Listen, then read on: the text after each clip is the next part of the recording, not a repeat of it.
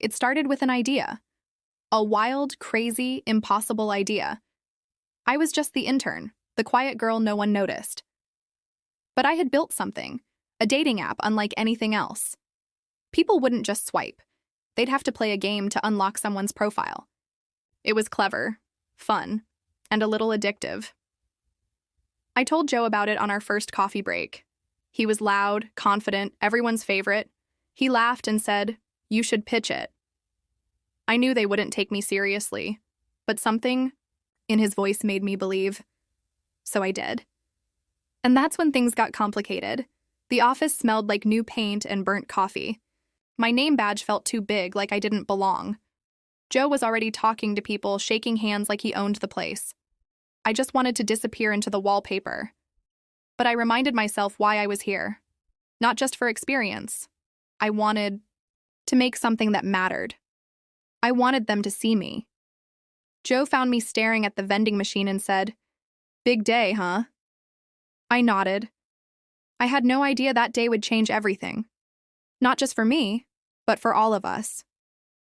When we met the boss, I could feel the air chill. He had that polished look, expensive watch, sharp tie, cold eyes. Joe tried to charm him with jokes. I tried to stay invisible. But then I opened my mouth. I mentioned I had some experience with game mechanics. His eyes narrowed. "You're the intern," he said flatly. "Just learn, don't speak." I felt small, humiliated. Joe gave me a look like, "Don't let it get to you." But it did. I went home that night and almost deleted the entire app. Almost. The next day, I wandered into the engineering room looking for a quiet corner. That's when I met Edward. He looked grumpy at first, surrounded by cables and screens, but then I saw his code. It was beautiful, precise, powerful. I couldn't help commenting. He raised an eyebrow, surprised I even understood it. We started talking. He listened. He actually listened. I showed him my project and he didn't laugh. He said, "This is good." No one had said that before. Not here. That moment felt like oxygen. One afternoon, Edward and his team were stuck. Something wasn't working in their code. They'd been looking at it for hours. I saw it in 10 minutes. A misplaced bracket. A tiny thing, but deadly. I pointed it out softly. They froze, double-checked, and then Edward grinned. "Well, damn," he said. From that day on, they started calling me over more often, quietly. I wasn't officially part of the team. The boss still thought I was just making coffee. But something had shifted. And the others? They were beginning to see me. It didn't last. I was in the hallway when Edward called out, asking for my opinion. I replied without thinking. That's when the boss walked by. He stopped. "Why is the intern giving feedback?" he snapped. Edward tried to defend me, but the boss cut him off. "If she wants to code, she can do it on her own time, not mine." My face burned. He made me feel like I was trespassing in his world. Joe looked angry, but he didn't say anything. Not yet. I walked away before they could see the tears. Launch day was a week away and panic was in the air. The app looked boring. Same old features, nothing special. The marketing team was restless, the devs exhausted. I sat quietly in meetings, watching everything fall apart. The boss wanted results but gave no direction. Joe finally leaned over to me and whispered, "Now's your shot. Say it." My hands were shaking. But I stood up. "I have something that might help," I said. The room went quiet, all eyes on me. And in that silence, I took a breath and showed them my game. Joe backed me. He told them my code could be integrated fast, that it might be the only chance to save the launch. The boss laughed. "You want me to trust her?" Joe didn't flinch. "Give her 48 hours. If it works, great. If not, we'll pretend this never happened." The boss sneered. "Fine, 48 hours, but if she fails, she's done, and so are you." The room was spinning. Joe put a hand on my shoulder and whispered, "We got this." I nodded. But inside, I was terrified. What if I wasn't enough? I had 48 hours to prove I belonged. That night, I didn't sleep. I rewrote old lines of code, fixed bugs I didn't know were there. Joe brought me coffee, Edward gave me tips. But most of it, I did alone. The app began to take shape.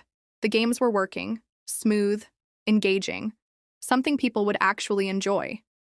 Still, doubt crept in. I heard the boss's voice in my head. Just the intern. I wanted to prove him wrong, but I also knew, if this crashed, it wouldn't just be my dream ending. It'd be Joe's too. By the second night, Joe had rolled up his sleeves and joined me. He wasn't a coder, not really, but he could test, give feedback, spot bugs. He made me laugh when I wanted to cry. The office was mostly empty now, just the two of us and Edward's late-night playlists humming through the speakers. We were building something real, something that mattered.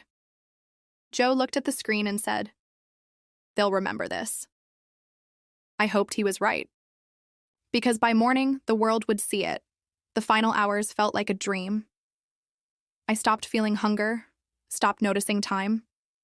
My fingers danced across the keyboard, correcting, tweaking, testing. Joe read bug reports out loud. Edward emailed. Final server checks. We were moving like a unit, focused, relentless. When I hit the last line of code and pressed enter, it felt like silence. Then, everything worked. The game was live, integrated, no crashes. We looked at each other. No words, just exhausted smiles. But the real test hadn't started yet. The clock was still ticking. Morning came too fast. The office buzzed with tension. The app went live at 9 a.m. I watched the download numbers climb like a rocket. 10,000, 20, 50. People were playing, sharing, laughing, no bugs. No errors. The team looked stunned. The boss didn't say a word, just kept refreshing the screen like he didn't believe it. Joe grinned at me and mouthed, "You did it." But I wasn't smiling yet, because deep down I knew something was coming. Something big. By noon, we were trending on social media. The app was being called the future of dating. People loved it. The boss gave a press interview. Didn't mention me once, but I didn't care. I knew. Joe knew. Edward knew. We had done this. Together. I walked to the break room, finally letting myself feel it. Relief. Then my phone buzzed, a server warning. High traffic spike. I raced back. Joe met my eyes. "Something's wrong," he said.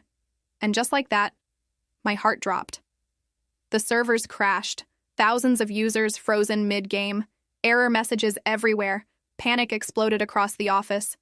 The boss yelled, blamed Edward, blamed Joe, then me.